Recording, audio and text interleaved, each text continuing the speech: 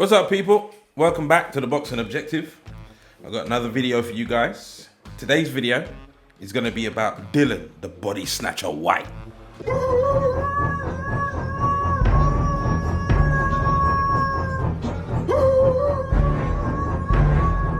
Dillian White is a man who earned my respect quite some time ago because he just did not want to stop working. He took a lot of fights when he didn't have to because he's held that WBC mandatory position like since forever. And despite that, he didn't want to just rest and wait around. The man just continued to fight. And he's had a lot of fights against some opponents where, you know, maybe some people would even avoid.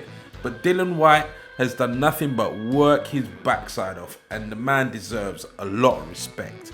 He's got the most devastating left hook in heavyweight boxing right now.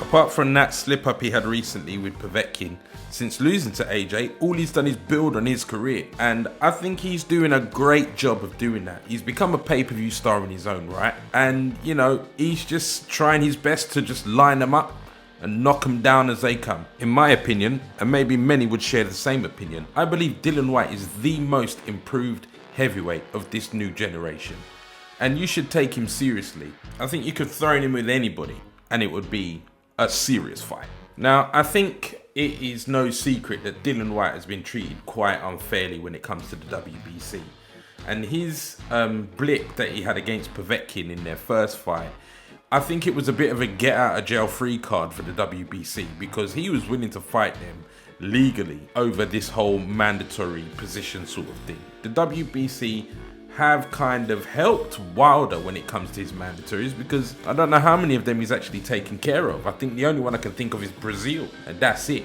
He's avoided Dillian White. He has. And there's an interview with Akam Barak on DAZN. It's an old interview now, but Dillian White has receipts, and he presents them said receipts to show that, yeah, Deontay Wilder blatantly told him, I'll freeze you out. I'll freeze you out. I won't fight you for another 2 years. Something like that. Go and see for yourself. Check out the interview. Now, Dillian is now planning to have a fight in the United States.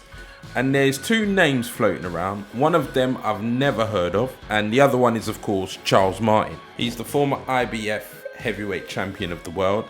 Of course, losing that IBF belt to Anthony Joshua. Since then, I think he's done his best to try and get back to some kind of winning form. I think he went in there with Adam Kalnacki. He's fought Gerald Washington. I think that was actually quite a decent performance for him. So for him to want to fight Dillian White, I think this is a good fight. I think it's good for both of them because Dillian is just going to continue to build himself up. And who knows, Charles Martin, he could be back into some form of title contention because it looks to me like, you know, he's trying to do the work. I don't know, but Dillian doesn't seem to want to do any form of tune-up or stay busy fight. He just wants to be in there with whoever is gonna be a challenge for him, and I think he's risking a lot, especially, you know, against Povetkin, his mandatory position. That was for the interim WBC title, and this will be for that as well, and he's willing to put it on the line. He's willing to go out there and fight for his position.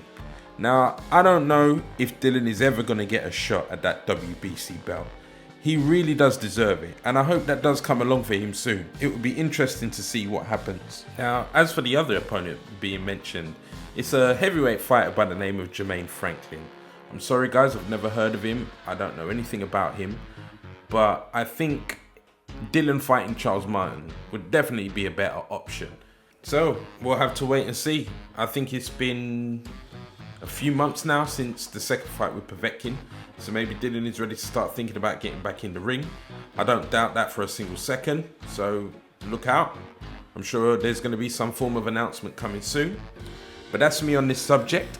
If you haven't already, guys, I would really appreciate if you gave me a follow on Instagram. I have an Instagram page by the same name, The Boxing Objective, where I have pictures of boxing related subjects, pictures of boxers. I've got boxing related videos and all kinds of different exclusive content. Now on YouTube, I'm trying to help the community to grow further, and at the 200 subscriber mark, I'm going to be giving away some boxing related prizes. Now, to enter in the competition, it's very simple. All you got to do is leave a comment, like and subscribe. Now, once you leave the comment, I'll have your name, and at the 200 subscriber mark, all the names are going to go into the hat, and it's going to be luck of the draw, and some of you are going to be fortunate enough to win some boxing related prizes. So please help the channel grow, subscribe, like and leave a comment. Best of luck. And at that, I'll catch you guys on the next video. Peace.